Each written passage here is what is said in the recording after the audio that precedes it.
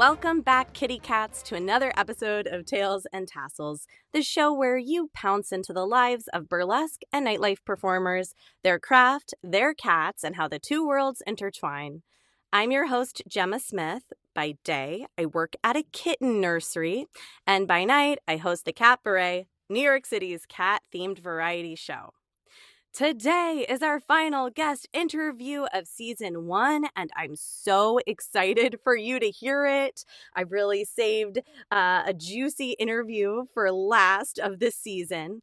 But before I introduce our special guest, a quick reminder, we'd love to have you join us at the next Catbaret in New York City, or via live stream so you can watch with your cats on your couch across the country, across the world. We're going to celebrate spring and kitten season. So save the date, Thursday, April 24th at Caveat on the Lower East Side. And as always, expect cat-themed comedy, music. We've got drag and burlesque, aka Purlesque. Plus, we'll be promoting adoptable kitties from Rescue NYC and Koneko Cat Cafe. All right, let's get into today's conversation. I'm positively delighted to chat with another ameowsing, creative, and one of our expert guests, Jong, aka Janelle Clemente.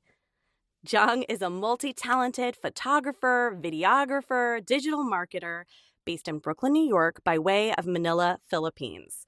His work captures the magic of nightlife, performance, and creativity in New York City. You might know him from Jong TV on YouTube, where he showcases live performances, shares photography tips, and hosts Fun Shoot podcast, chatting with fellow creatives and creators about their artistic process. I got to be one of his lucky guests. It's a blast, yes. And he also happens to be the incredible photographer and videographer behind the Catbaret. So if you've come to a show, you've likely seen him throughout the night, capturing shots from all different angles. He's all over the theater. And he has the quickest turnaround time out of anyone I've ever worked with. So welcome to the podcast, Jong. Thank you so much for being here. Well, thank you for having me, Gemma. This is such a treat to, both be on the other side of the content creation process. And I've always liked all of your productions, from shows to your fun clips, your TikToks, and of course, your podcast as well. So thank you very much for having me. Well, it's an absolute pleasure to have you, and you're such an inspiration because I learn from you as I'm seeing your work, and digital marketing is something I'm very interested in, and everything that you've done really inspires me. And so I want to learn. I know you in real life, but I don't know a lot about your background. I'm doing a bit of research for this episode. I noticed on your website you have a background in legal management and IT. Yep. So how did you transition to photography, videography, or was this something that was always a passion? Yeah. Well, first of all, thank you. And also, you guys inspire me as well, particularly you. I remember doing the first health phone photo shoot of your production too, with Lorna Doom. And the venue, the production, the emceeing, the cast was so nice and well managed. So I always look at working, or I always am inspired with working with people that are such pros with positive intent. But in terms of, or directly answering your question, yes, photography has been my passion since I was very, very young. And it's not because I'm particularly artistic. I actually took the photography classes in college because I like the chemical process of it, the developing of the film of it. I was actually, or still am, pretty camera shy. I don't like being in front of, or I'm not the most comfortable in front of the camera, despite all the videos. So in high school and college, I'd be the person that will run to, let me take the group photo. And then I just parlayed that into a photography, like an elective when I was in a college. I really, really enjoyed the developing process, the chemical, the magic process of making light, printing it into a negative. So that's what really got me into it. I just continued on learning bit by bit from film, black and white film, which is a little bit easier to develop, and then colored film, which is a little bit more difficult to develop. And then as the years in college went along, digital photography made it a little bit easier to capture stuff. And I just continued doing it bit by bit until I truly fell in love, I think people started encouraging me and my friends to take photography as well, to do it a little bit more, and was able to get lucky enough to work with both fellow photographers that are fun to hang out with. Because if you do stuff with fun people, you do it more. And then when you do it more, you get more reps. Hopefully you get better. And as you get older and more responsibilities come in, you find more and more some solace in things, people, places that will make you at peace or happiest. And photography has always been that thing. And I just decided on certain genres that I love the most, which is portraiture, of course, includes model portfolios, a lot of implied and art nudes too. That kind of is like fun for me to do as well. And really just continued the muscle of getting bit and bit better around that. So that's kind of like, most of my day job, or most of my training has been a little bit more corporate, a little bit more straight. And then this was kind of, all right, a creative part of the brain, and hopefully that kind of balances out like the day to day whenever I do things. So yeah, that's the background of how I got into it. Oh, it's exciting to hear your journey, and also inspiring for folks out there who want to start a new skill. When you started photography, it's so interesting that the science of it drew you to it, and that makes sense. I think it's cool. I've never actually developed my own photos. I can see how that's a really cool process, and then bit by bit, the hours you spent doing it, the community that you were around inspired you to keep going. And now you have this big body of work, and you mentioned portraiture, and I see you have stunning portraits on your website, on your Instagram, and you've taken mine, and I love them. So what drew you to portraiture, and what do you love about it the most?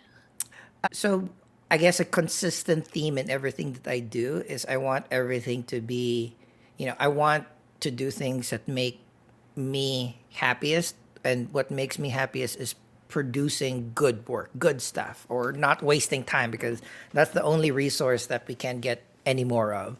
I got into portraiture because it has all the elements to make me like doing it more, because it's the easiest for my type of lifestyle, right? So I like traveling. I like hiking. I like going to places, but it's not the easiest thing to do. So if I decided to become a landscape photographer, and if travel is not my 1A priority after work or family, then I won't be able to improve, learn, practice as much as I could.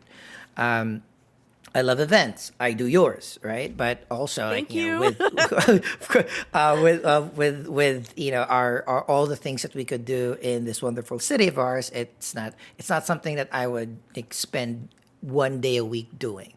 But things in the studio are can be efficient even in a small apartment in Brooklyn. So that's where, like, all right, it's convenient for me to do. It is something that you don't know what you like or don't like yet once you start doing it. But the more that I did it, the more that it was fun.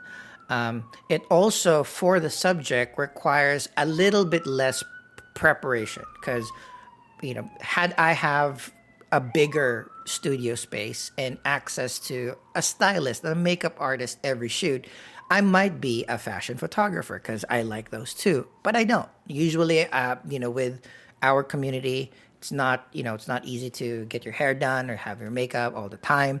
So being considerate on the subjects as well, because you can pop in with nothing or with everything, and we could take a portrait. And that's the fun thing about, or the thing that I love the most about portraiture is, it is, you are connecting with your subject on a one-on-one basis most of the time if you're doing like a one-on-one portrait, but also the landscape of emotions that that picture or that image can provide the audience can have a billion and different one interpretations. Something simple can be super engaging, and something super complicated can look super simple. So you just need a wall or a backdrop, or if you want to do it outside, you can do it as well. So that way, I can do it a lot. I can squeeze it in any type of shoot that I want to. I can technically do it wherever I am. I just prepare. I just prefer to doing it in my apartment studio. So that's what I kind of like planted my flag on, and will continue to get better at, because knowing myself, I'll never be satisfied the way that I shoot stuff, and there's always newer and newer things to learn, new people to copy and to emulate. So it's also the best thing about portrait tattoos. Like, I think everyone needs it. Like, whether it's LinkedIn, putting it on Facebook, or putting it on Instagram, you'll just like you use it all the time. So that's that's something that it kind of all the ingredients in making it a fun genre for me to really invest my time and resources in. It's like, all right, easy for me to do, easy to get subjects to do it, and then the utility of being able to use and share it. That's the triumvirate. It's going to be very efficient and useful. Let's work on that. So, and I'm sure other people will have can do the same kind of like templated thinking around what they are spending their time on. This just fits my lifestyle.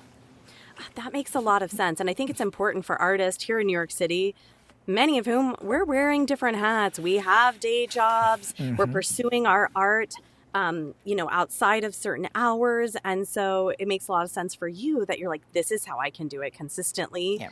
And for our listeners, I've been to your apartment when we did Fun Shoot podcast and you took my portraits, and you have all the backdrops, the lights, you have a good size apartment, but you're right. Like you have your own apartment that can be a studio. And that just makes so much more sense and ease, and you can continue your work and your art at your own schedule. Yeah. And there are geniuses out there that will probably have a skill or a talent that they can do on command.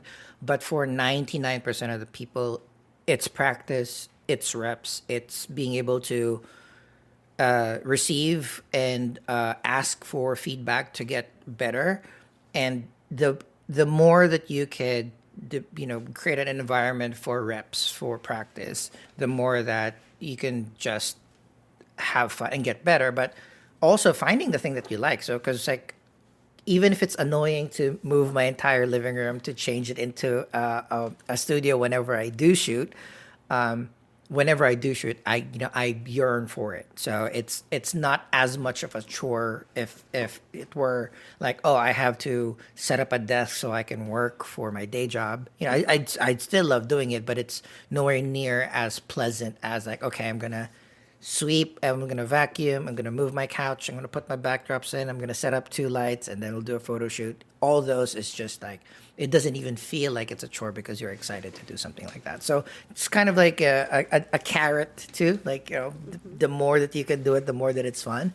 But you have to find something that, makes you really, really happy doing first.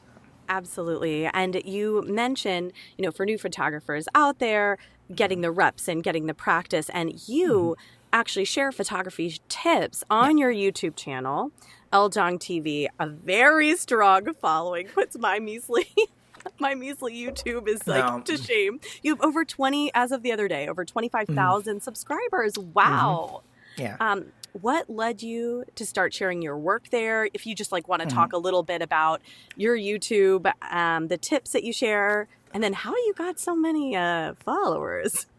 I love sharing this too. It's kind of like it's not a secret, but not a lot of people really take advantage of, because they don't understand the word algorithm, right? So people think that it is some daunting AI thinking to kind of trick people to watching your stuff. No. First of all, the reason why I started the YouTube channel was because during the pandemic, everybody was learning a second language, baking bread, taking care of plants, none of which I'm good at nor enjoy doing. But I already had photography, had cameras that were amazing for photography, but also, equally as good, sometimes even better for videography. So, and I wanted to continue to learn new skills, and editing was one of those things that I begrudgingly needed to learn because unfortunately, the past, 5, 6 years, everything is moving from imagery to video. That's just what we're pushing right now, and don't have to discuss it right now, but video is being pushed by a lot of these platforms because it's easier to plug in ads on a video than a post or a photo, right? So if you're watching a video, you're probably watching two or three, you can just like squeeze in a little ad there so that the platform can make money, and they can get more advertisers. So that's the reason why. So it was like I think we talk about it too when we were hanging out. It's like it sucks that I have to do it because photography is my thing, and I don't like doing things that aren't great. And usually, there's way more people that are way better at video than I am.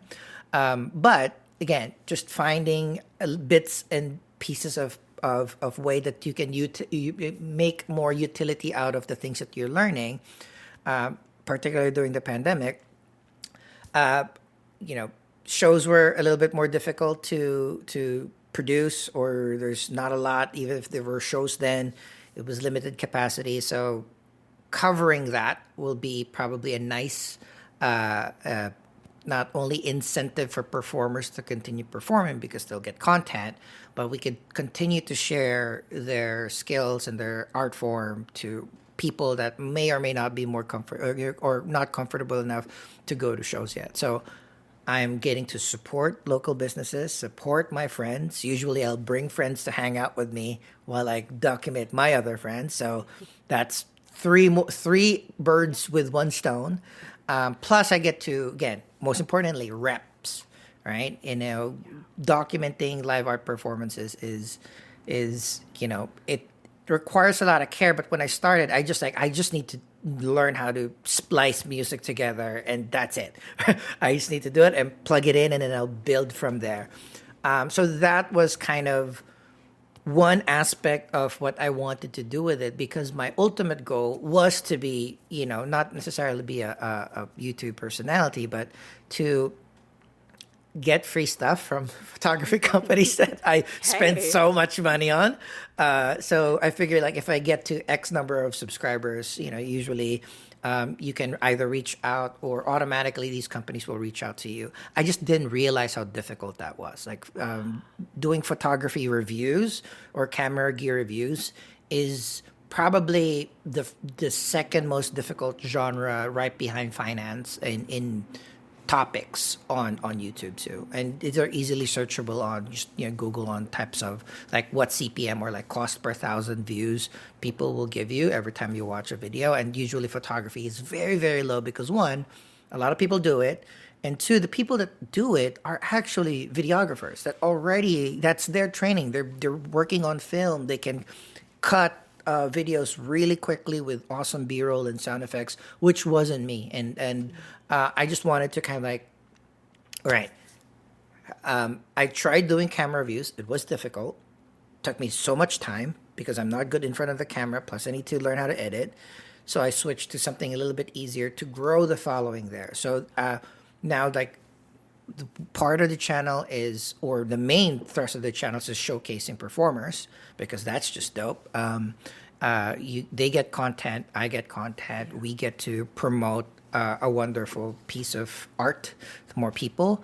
And then now that the base of the viewers are big enough, eventually a small percentage of those will be interested on how those videos are made, and how those videos are made about those people. And then most of those people I photograph, and then I take behind the scenes stuff about those shoots as well. So my goal there was to make a little, make my 2 to 3 days a month of production. That's when I actually can only devote time to my passion, because of the day job. I just needed to make it like super duper efficient. So, I go to 1 or 2 shows a month.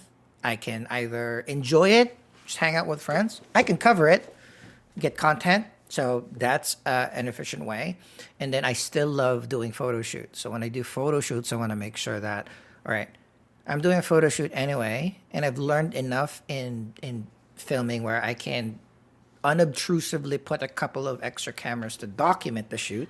I love that. And then, so now I'm making photos, I'm making a different type of video. All I have to do is either add a little bit of commentary about how I did the shoot, which is hopefully can help other starting photographers to not be intimidated in doing a shoot in a smaller space or with limited resources, but also to show people that you don't need, if because sometimes like people go to the apartment and if you're a seasoned subject or a seasoned model, it's like, oh, just two lights or just one light on the tiny space.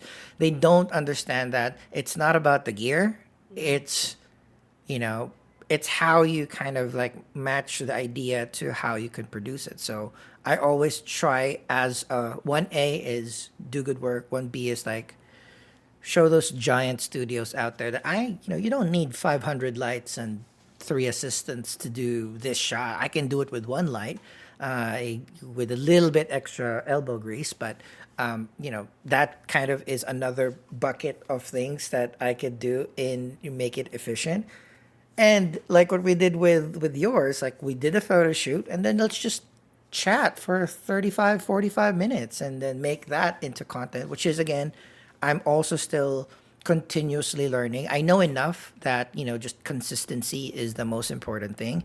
But secondarily, like what we both do here, it's also both, it's not extremely selfish to learn or take as much expertise from your friends or your acquaintances and use it for your benefit, because if you document and share it out, more people will benefit from it. So that's kind of what I try to encapsulate in all of these things. Like, yes, the output is number one, but I really do enjoy the maximizing of like, yeah, I have X number of hours a month to do this.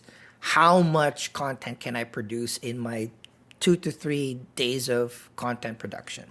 And right now, I think I'm at the best input output kind of thing. Like, I'll film 2 to 3 a month, or I'll do 1 to 2 shoots a month, and then that can give me close to month and a half, 2 months of content weekly. So that's the other thing too.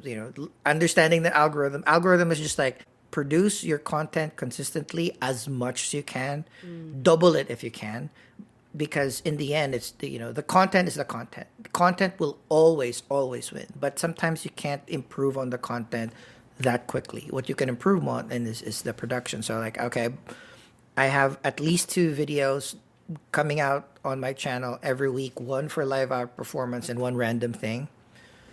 There's going to be a reel that is from the performance that comes out daily as well, and just pack that in until, however long I can. Like right now till August, I have stuff. So everything that I do now is either I can massage it. Do I double up per week or extend my comfort? So like, all right, maybe I'll plug some stuff till September so that I don't need to rush right now to film something. So yeah, that's kind of like the long-winded saying of like, yeah, this YouTube channel is pandemic born operations management practice, but more importantly is it's trying to fit it in a very, very both busy day schedule, but also like, again, I love photography, but I have friends, I like to travel. So, it's, there's only so much time that you can, plug in a day. So I really enjoy balancing all those out.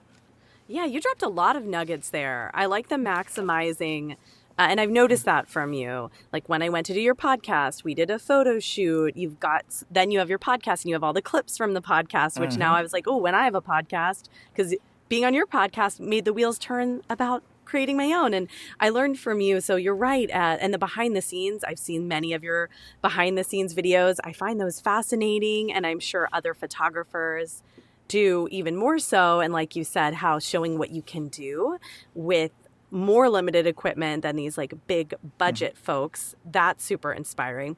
I also meant to mention at the intro, I realized like halfway through our conversation that you're a cat dad, and we are going to talk about 100%. your cat whiskey. I forgot that. Of course, people, if you're listening and you're like, where's the cat talk? We'll get there. Okay, you're going to learn about photography, maybe a tip for pets. But I wanted to then go more into your podcast because that's also on your YouTube. Before we do that, actually, I wanted to ask you, do you have like a content calendar for yourself then? Because you said you have content through August. Yeah. Whenever you just Google like what is a good schedule to pump out stuff, there are a couple of different articles with because all of these quote unquote algorithms on what platforms push differ, changes from month to month. The least common denominator on all those is consistency. So once a week for longer form content, so which is YouTube kind of stuff, and daily for shorter form content, which is Reels and TikTok and YouTube Shorts. Actually, I just read a couple of days ago, like TikTok now, because people are coming back and after the short ban, like 3 times a day is one of the factors that they will push more, because a lot of this algorithm is just basic human experimentation. I'm going to show your stuff to 200 people, and if they like it a lot, I'll show it to 10 more. If they like more, it's just basic stuff. So content will always still win, but put your content in a very good place so that it can be seen, and it's not quote unquote blocked by the platform. So if you have 4 weeks in a month, my goal was always to kind of like break it out into fostering my content that can be monetized. So I forgot to mention live art performances, because they use commercial music. I can't say I can't monetize them, but the CPMs or the revenue that I get from them is extremely, extremely, extremely small, if ever they do allow those music to be used. So most of the time, use commercial music, and that's it. But again, I maximize that as like a lot more people would want to see, very beautiful people performing. So you just use that and then convert that into the content that I can monetize, which are behind the scenes photo shoot, camera reviews, and something random like a vlog. So that's usually my breakdown. For 4 weeks in a month, every week. So every Wednesday will always have some live art performance coming in. That's weekly. Sometimes I double up if I have, I shot something last year and I haven't published it and it's a good theme that's coming up. So like I'll plug it on Christmas, or usually I've shot menorah horror for years and years, and I just pump those out during like the Jewish holidays to kind of like, because a lot of people are searching those terms anyway. So that's smart. like, yeah, that's the base. All of these are common sense, that you don't need a course to understand all of these. Like, yeah, people will be searching 4th of July stuff around the summer. So do a little bit more patriotic, US-centric Independence Day searching stuff around there. But so the base of the channel, the one that garners the most views, will be the performances. I just pump that out once a week. And then I try to do one camera gear review for 1 week, one behind the scenes for another week, and then one podcast for the last week. So that's kind of like, all right, so every week there's something kind of new around 1 or 2 shoots. I also personally know I can optimize that a little bit more. Podcasts typically work better weekly, right? But I just can't. I mean, as much as I would want to, it's too much work. And also, when I sit down with the person, much like what you're doing right now, like you invest a lot of time, but also like you do a lot of research, and you want to make sure that the subject or your guest is, have an amazing platform as well. So I'm not going to just like phone in a weekly conversation with people, because that's just not my type of content. My type of content is having, the guests talk about their process of creativity, and like living in New York. We joke around like we work three or four jobs just to get to the fifth job. So it's like, that's not a conversation that's easy to just like pop out. That's why I do it. Most of my stuff I do it live too. So that's my content calendar. And then because you have one new video per week, that video gets then spliced up into short form content. So I use a semi-automated service that just dump it. So you dump a video, it generates around 11 or 12 different clips. Most of them suck, but you'll get 3, 4, and I use those to continuously put one short or reel on YouTube daily, so that there's always like one short every day, maybe 1 or 2 long form videos every week. That way your channel is always active and it's being seen, so you're gonna get into some or higher of the front page of, let's say, YouTube a little bit more often, and that will kind of, just by the virtue of being shown a little bit more than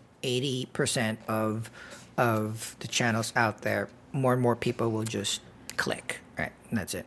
You've inspired me. So after today, because I am starting out with YouTube, but what I hear from you and what I'm really taking away from this makes a lot of sense. Consistency is key. And that's a good thing, because that means, okay, look, you don't have to stress over, is this the perfect short every time you post something? No, it's just being consistent. And I hear you, and that resonates. Yeah. And there will be some like technical things that, we can work on one-on-one too, just to make sure that when you upload a YouTube short, make sure that it links to the long form video.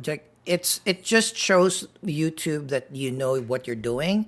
You already put hashtags or like metadata or keywords on your videos as well. Just making sure that you use every single quote unquote feature that they do shows that you are kind of like a platform expert. That's why they'll put on your first. And the great thing about that is, you have one season of Tails and Tassels already. I think the stat is like 93% of people that start a podcast stops at like episode 3. You're right. I read that stat, and I go back to that stat to feel better, to feel like good about myself despite this growth. It's great to keep that we made it. And the good thing about it too is like you mentioned my channel right now is at 25.6. It took me a full year to get to 100 subs, because again, I didn't know my content to start. I was like doing camera gear reviews and I was doing vlogs, and I did not know what I was doing. And my first goal was like, I just want that vanity URL, because like you can't get your custom URL until you're 100 subs, and then the next milestone is 1,000 when you get monetized. So the first 100 was so difficult. Like 60 of those were literally direct friends and family. And then the more subscribers or the more views that you get, the more that the platform pushes your content. It's exponential. Like, between year 2 and right now I'm on year 4.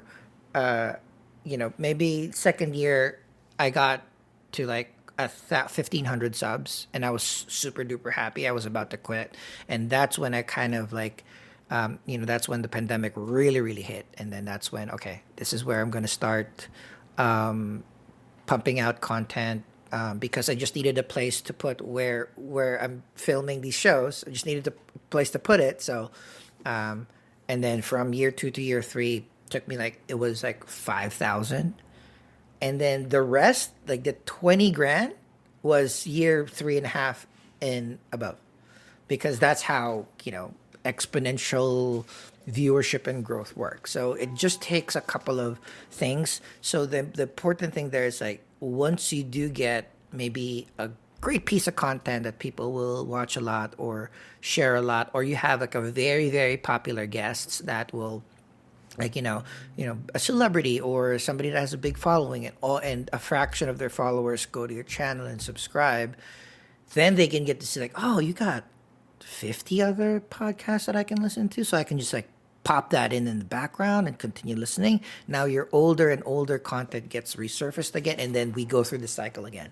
So that's usually, I mean, that's what happened to me. Like two of my videos got like a couple of million views, and it just like it got all the other performance video kind of popping. And then with my podcast, like my first guest, it was a cheat. Like, you know, my friend Sarah was in America's Next Top Model, and she was the first quote unquote plus size model at size 2 in weird in America's Top Model. So she's a comedian, so she's an engaging personality. So having like a first episode with that kind of eyes on it was kind of cool. So it's just consistency, and we talked about it a lot too, and I tell all my friends, we can't hit homers all the time.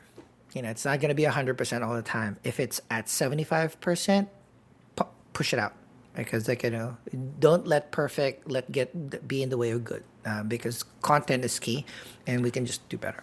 That's my favorite quote. I love that you did that quote. I agree with you, because if we wait for things to be perfect, they're never going to get out there.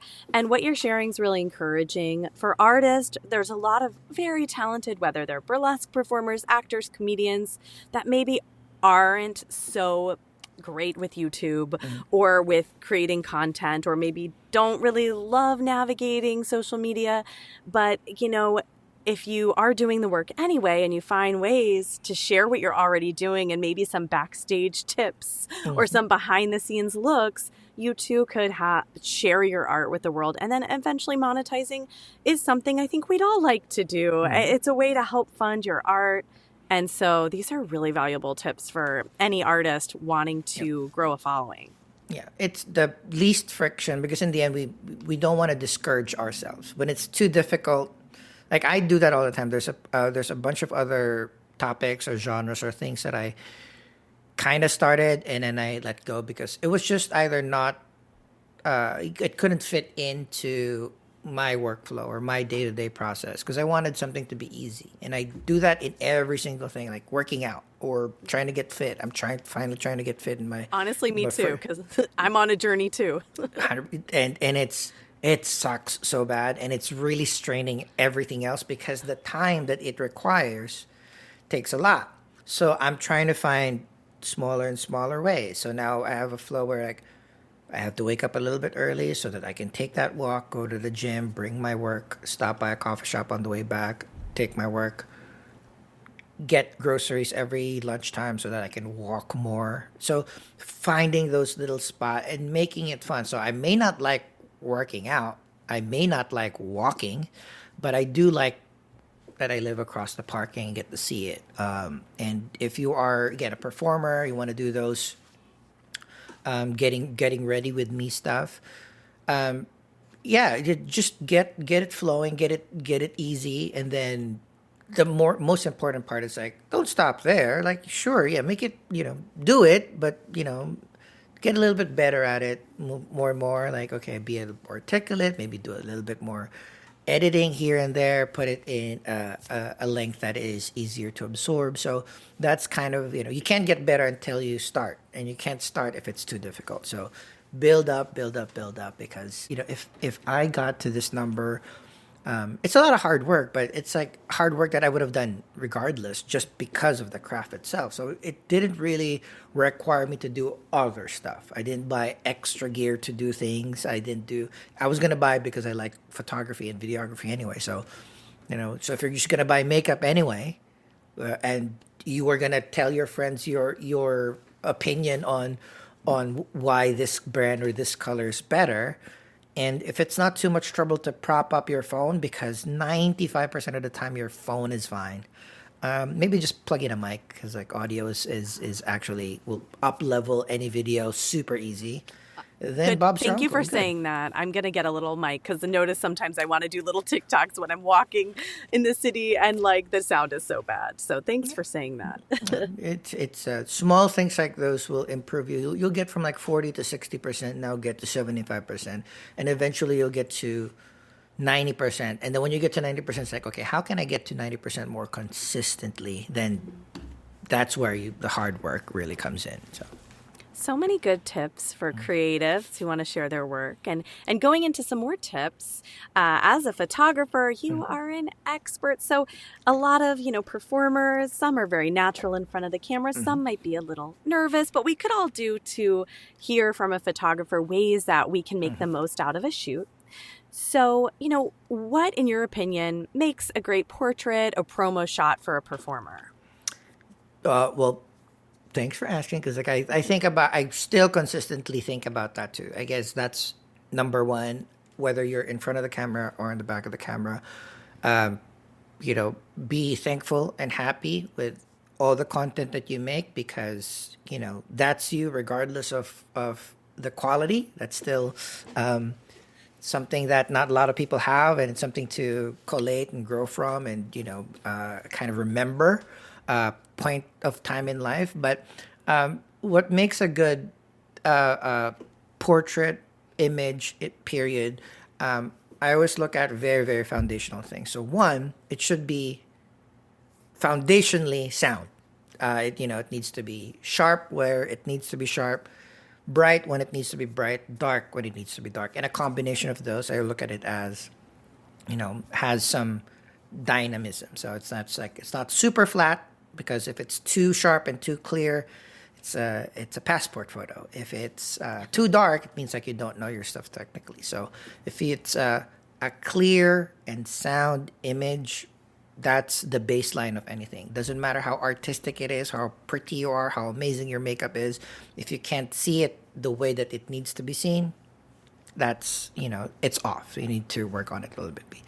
The number two about that, so like just the technical foundation is always kind of going to be a baseline for pretty much every art form anyway. Like, I know there's people that can bend or break the rules, but that's exception, not like the standard. Like, you need to take a clear, sharp, well-colored, well-lit photo first. Secondarily, it needs to be personally specific, right? It needs to be you, right? And because of that, you don't want to, you want to develop, either you need to be closer to the brand that you're building or to the brand that you're transitioning towards. Like, so if you're doing a LinkedIn shot and you are doing a corporate portrait, corporate headshot, maybe your backstage burlesque makeup and, headdress and, boa might not be the correct thing there, right? It needs to be specific to what you intend to do. Conversely, if you want to be, if you're trying to apply for a burlesque festival, you're not going to put a 2x2 photo of your face. You're going to put, possibly a little bit more costume, right? A little bit more of your personality, a little bit more brand. So that's very important, because sometimes a lot of times it's fun to just shoot, right? But it's sometimes good to shoot with some form of output in mind. So it's useful. You're not, you can doubly maximize the thing that you're doing. So, and I think lastly, a lot of people forget, it just needs to make you happy. So forget about my rule number one and rule number two. If the shot makes you happy, that's the most important part. And that's the thing. It's like, if you've always been not comfortable with your body, and then somebody took a little bit more of a risque photo of you and you enjoyed it, doesn't matter who else thinks technically sound it is, or if your pose was not X, Y, Z, or your flabs are showing. If you like it, that's, that trumps any other rule that anybody can say.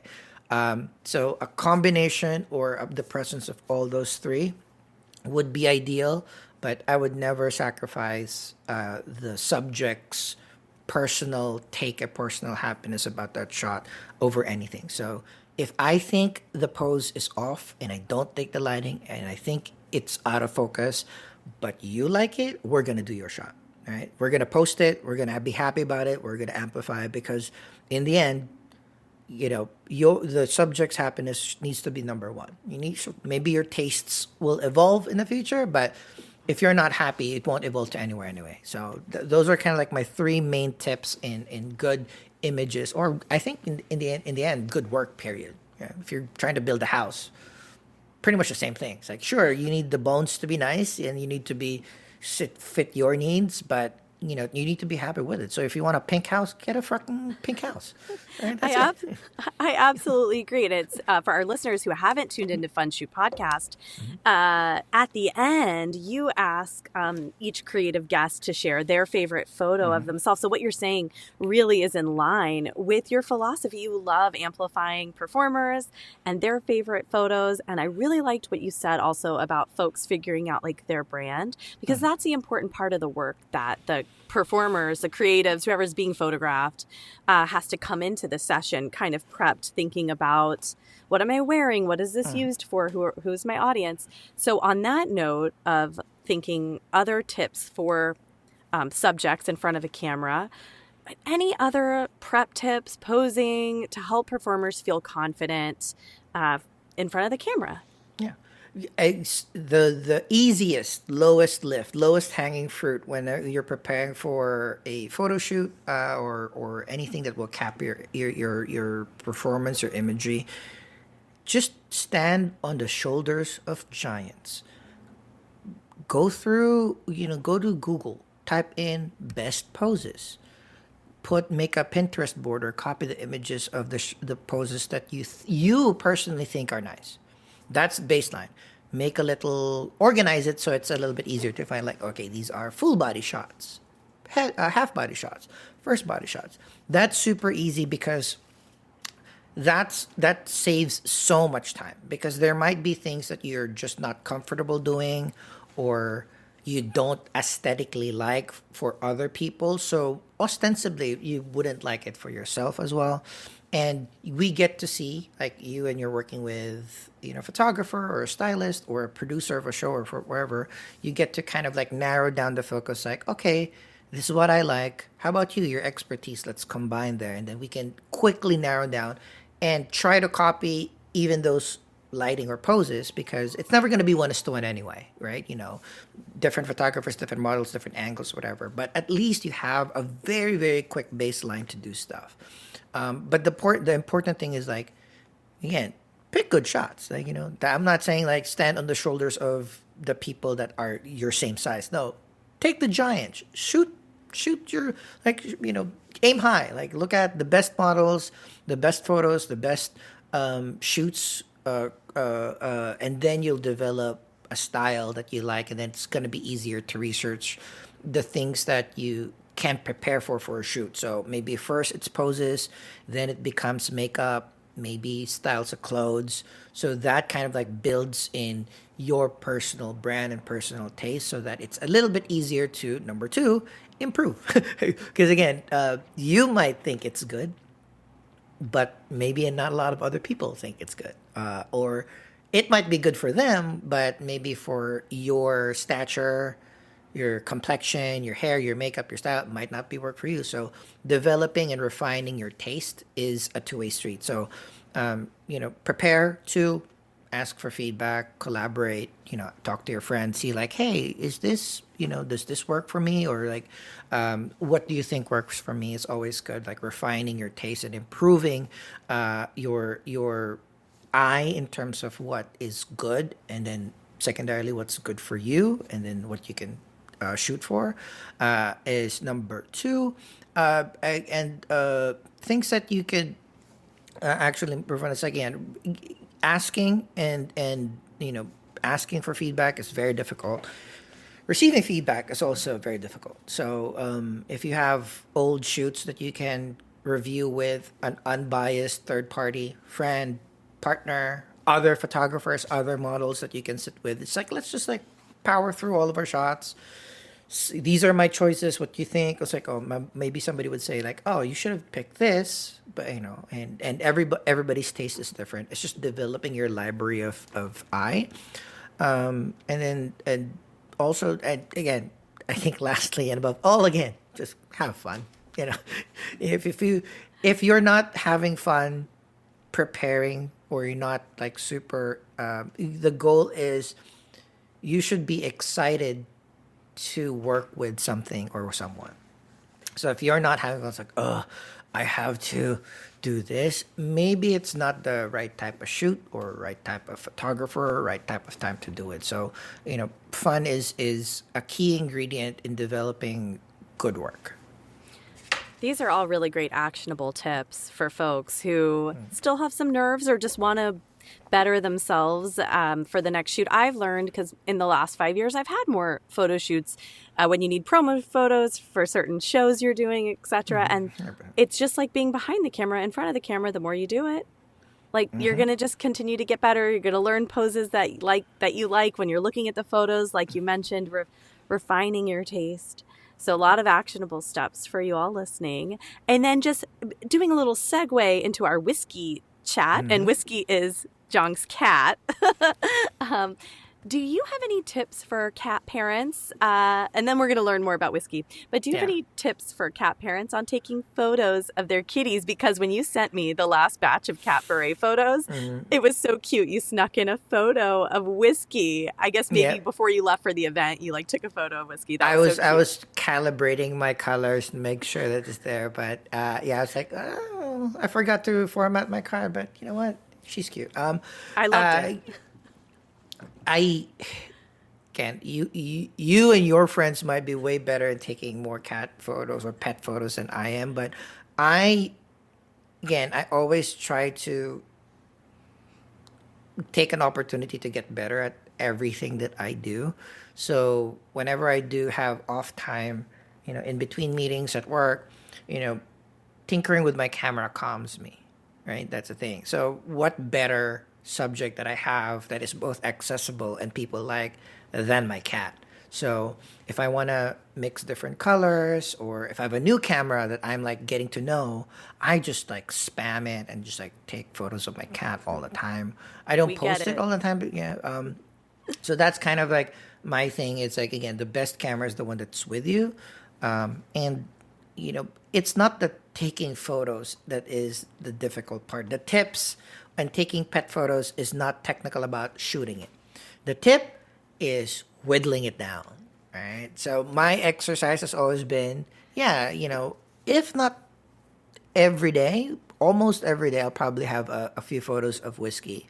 But I don't post them all the time because, one, I get jealous because whiskey gets more attention than any of my other shots. But also, too, it's like, I want to save space in my phone. So maybe I'll take 5, 10 a day, and then I'll save one. And then when I think of a cute caption, I'll post it. So that's the other part, too. It's like one thing that makes it difficult for people to really appreciate the mundane photography. Like, there's always great images everywhere.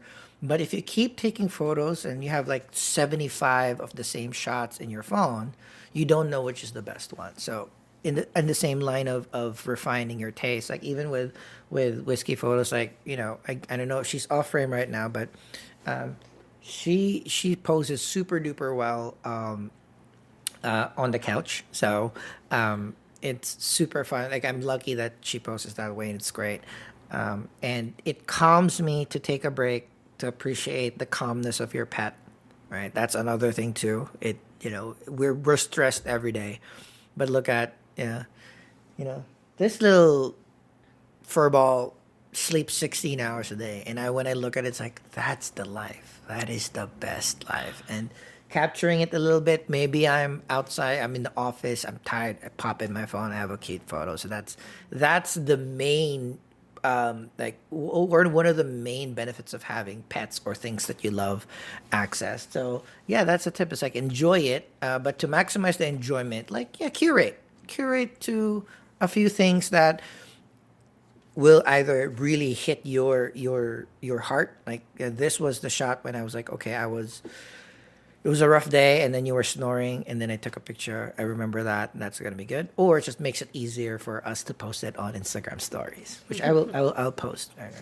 Yeah. If you tag Tails and Tassels Pod for sure, and I'll be sharing when this episode's out. We'll be sharing whiskey photos all over, along with yours too. There's a cute one of you and her on your website that I was going to use for the promo, if that's okay. Of course. Can you share more about just how she came into your life, how old she is, her personality? Whiskey is 9 years old. She just had her ninth birthday. A few days after this recording, her birthday is March 3rd. Um, Whiskey is actually my second cat. My first, I was never a cat person. First and foremost, I was always a big dog person. But being in New York and even when I was with my partner, it our hours were just so long that it was going to be inhumane to have a pet where you can't see for 12, 14 hours a day, or a dog in specificity. So with my ex-wife, she was able to whittle me down from a husky. That was my dream. I wanted a husky.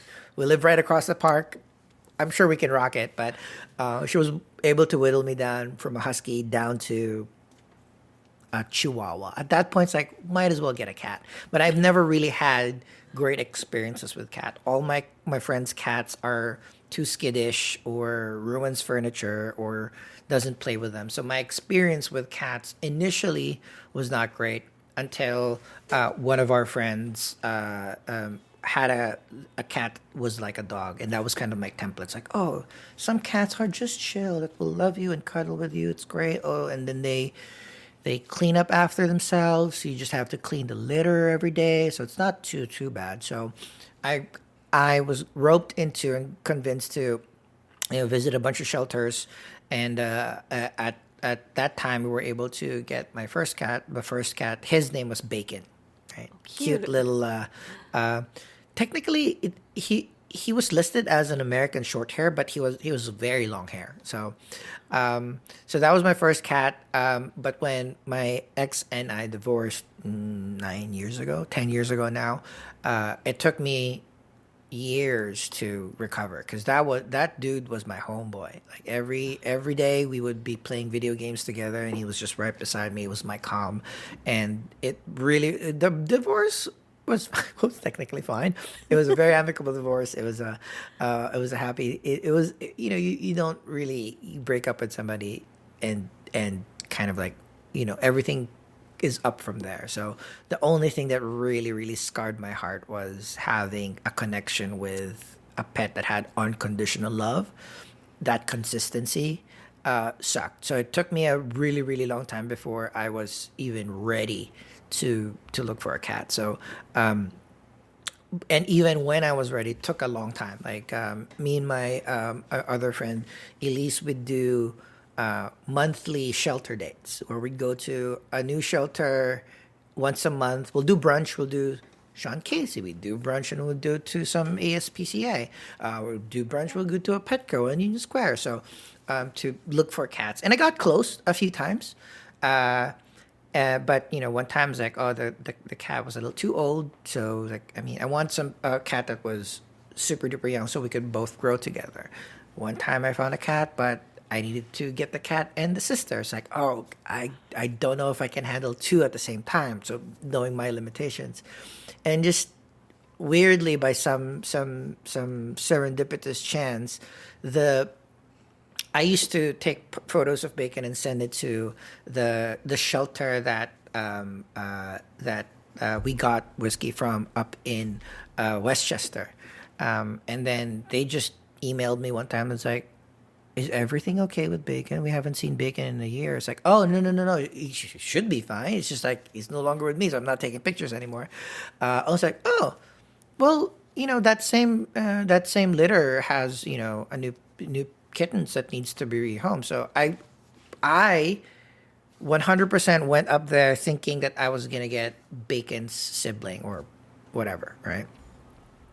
But luckily, when I got there and played with the kittens, I was like, might not be good for me to be stuck in the past to get a Bacon replacement. That's not fun. And it just coincidentally, a small litter of British short hairs was there as well, and I got to play with that litter. And then I was considering, it's like, but they're white. I own everything in black, so this might not be might be different. I was being very picky because the standards were high, and Whiskey was actually the only kitten that did not play with me because there was a little litter, not play with me. As I was about to leave, then she came over and then just like walked around my feet, and I just didn't. I There was something there. Like I felt like this is gonna be my dude. And then right then and there, it's like I'm taking this dude. It's like, oh, you can't. They have to be spayed first. And so I came back like a week later, and we've been inseparable ever since. Like she's the best. I got so lucky because she thinks she's a person. So she doesn't destroy the. She doesn't scratch a lot of stuff. Easy to feed. Loves everybody, not skittish at all, but not too clingy. So she doesn't sleep on my face or my chest. So she sleeps right beside me. I think the very very small negative is like she has white fur and she sheds a lot, and everything I own is black. So I have a subscribe and save on lint rollers, and I vacuum every 8 minutes because that's just how it's gonna be in our life right now. But yeah, that's Whiskey. Actually, I'm gonna get her. She's just Yeah, sleeping. see, she's so cute. For our listeners, she has this adorable, from what I remember, little like munchkiny little face. So there's we're gonna see her. Yay, she'll be a clip for sure. She's beautiful. She's really beautiful. Her coloring I on her head. She's super calm. She's not loud. I've been teaching her to say hi to people. Can you say hi? No, she's too chill. Her She loves being belly. carried like a baby. So, like, every day I'll just like walk around the apartment while watching TV, and I'll be like this. She is so cute, and she is chill. I wonder if it's her breed. British short hairs, if they're a little more like chill than the average They cat. apparently they're calm, they're intelligent, right? And having a white one is or having a calico one is slightly rare because they're either super white or super gray. Yeah, yeah, she's the Yeah, best. I see the calico coloring on her head, but then her whole body is white, and she's very adorable, and she does seem like a chill cat. Regarding the hair, do you have a special vacuum? Maybe we'll share it in the show notes that Yeah, you recommend. I don't know if this is an indictment, but I loved with the past tense my I think it was like a V7 Dyson. It was the Oh, animal one. It was great. It was like an amazing investment, but I think I used it ragged and I broke it. oh. So now I just have like a generic knockoff of some Dyson cordless vacuum just to make it easy to in between calls or in between chores, I'll just like whip it out and then like vacuum and do some vacuuming of the couch back there because she was chilling the entire time there too. So Seems like you very mindfully went about this process and got the perfect companion for you. And I just have to say, I think we're on like similar timelines because in 2016, I also got divorced and I kept the two cats. And so it is good that you're sharing this for fellow divorcees or people who are broken up that, you're not alone when one spouse gets the pet and you don't split. I've seen when I worked at a vet clinic, some exes split like custody of their dog, but yeah, it's hard. You can't really do that with cats. They want to be in their one home yeah, versus cats don't travel dogs. well. Yeah, Yeah. and you're right in the mindfulness part of it too because like not necessarily my ex-wife, but I've had girlfriends, ex-girlfriends that get attached to whiskey, and I'm not ashamed to admit most people like whiskey than me. No. So if I have exes that are in the air, it's like, oh, can I hang out with whiskey? It's like, no, no, you know what? We're good. It's like you can go on with your life. It's best I'm a clean break kind of person. Hmm. And so I don't want messy entanglements. I want to make sure that everything is growth oriented, and pets are very very important. I didn't think that I was going to be that a dude super duper in love with a shelter chubby cat with a snaggle tooth like Bacon was. But those were the photos that I think I looked at the most the years after I got divorced. Like I didn't, I had great memories, still have with my ex-wife, but the love that you get from a pet with no expectations and consistency, because that's the most important part. Is like I was during that time I was just getting good at my career, and it was very, very long hours, very tiring, extremely stressful. But being able to know that, okay, as soon as I get home, I'm just gonna grab a bite to eat. I'm gonna play an hour or two of my video game, and I have my dude right beside me. That if you can count on something like that, that will get you through a lot of other stuff. And which, and you're right too. I think I was it's just meant to be that I found whiskey, because now I don't. The amount of conversations that me and whiskey have at night, I think, is the reason why I've not necessarily thrived, not just survived, but thrived the 9 years that I've had her now. So it's good to have a real pet companion that you take care of, because you know yourself too. They take care of you most of the time as well. Yes. Oh, it really sounds like it with you and Whiskey, a special bond and the perfect companion for you and your life. And before we wrap, I was curious if there's anything else that you wanted to share about Whiskey, about your work. Yeah. I think the last few bits is, again, a lot of my passion time is devoted to photography and Jong TV, the channel. But appreciating friends and companions that kind of helped grow the community and the channel itself. Whiskey is a giant part of it, because I'm very, very lucky that she is also a draw. Like, I'm not, sure, I know what I'm doing most of the time. But at the very least, when people come to a stranger's place, because that's how photography is, you have to go to a studio, you have to be with a person, and with the types of photos that we do, it's a little bit more risque too. So there's a lot of apprehension that comes with the subject, rightfully so. You don't want to be too loose and too okay with everything. You need to have your guards up, particularly in New York. It's great to have an awesome tool to disarm people, because I have like a cute cat that loves everyone. Probably will walk up to stranger, and I maximize that where play with the cat. The cat will always join the shoots.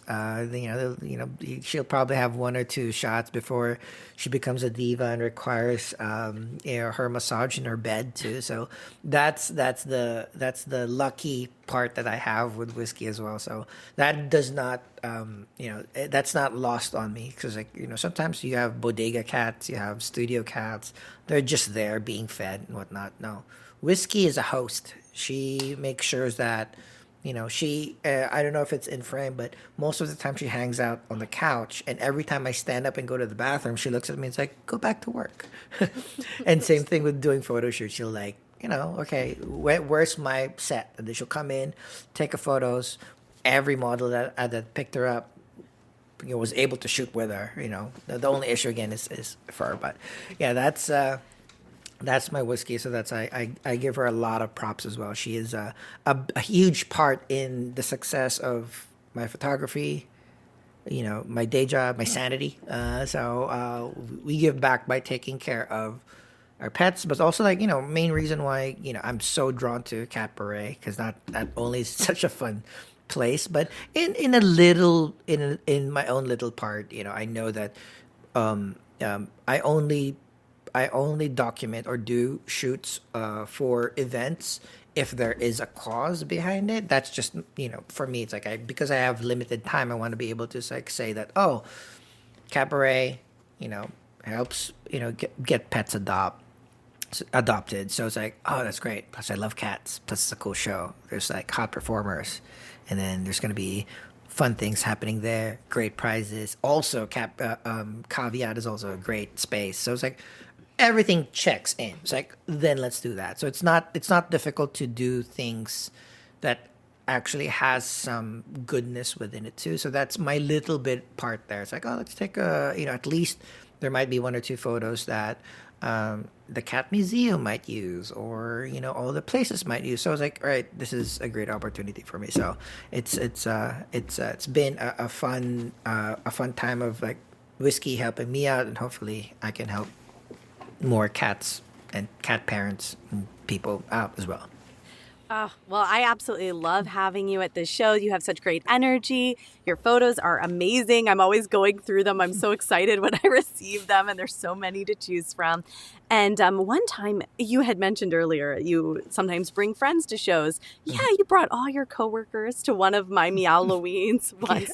That was awesome. And I wanted to say I can attest to the fact that, yes, Whiskey greeted me at the door when I came over for the shoot at your place. She was in a couple of shots. She's very sweet, friendly, chill. So it really is the right fit. She's a host. She wants to come up and be involved and then do her own thing. 1,000%. Yeah, she's the best. I got lucky. That's the thing too. So when you get lucky like that, you don't lose your chance. So she gets brushed every day. She eats healthier than I do. So that's just how it kind of goes.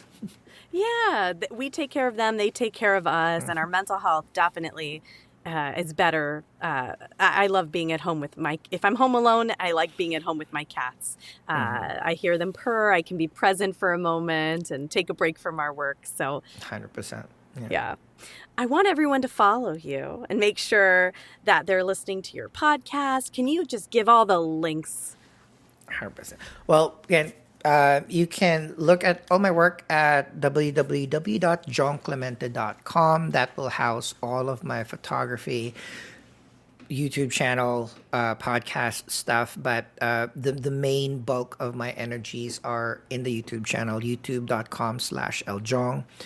Weekly live art performances. So you can get camera gear reviews as well as behind the scenes of other shoots. That also houses Fun Shoot Podcast, which is in all of your favorite podcasting apps out there that you use. Again, conversations with image makers and life shapers about their process of creativity and how weird and difficult it is to do in a big city like New York.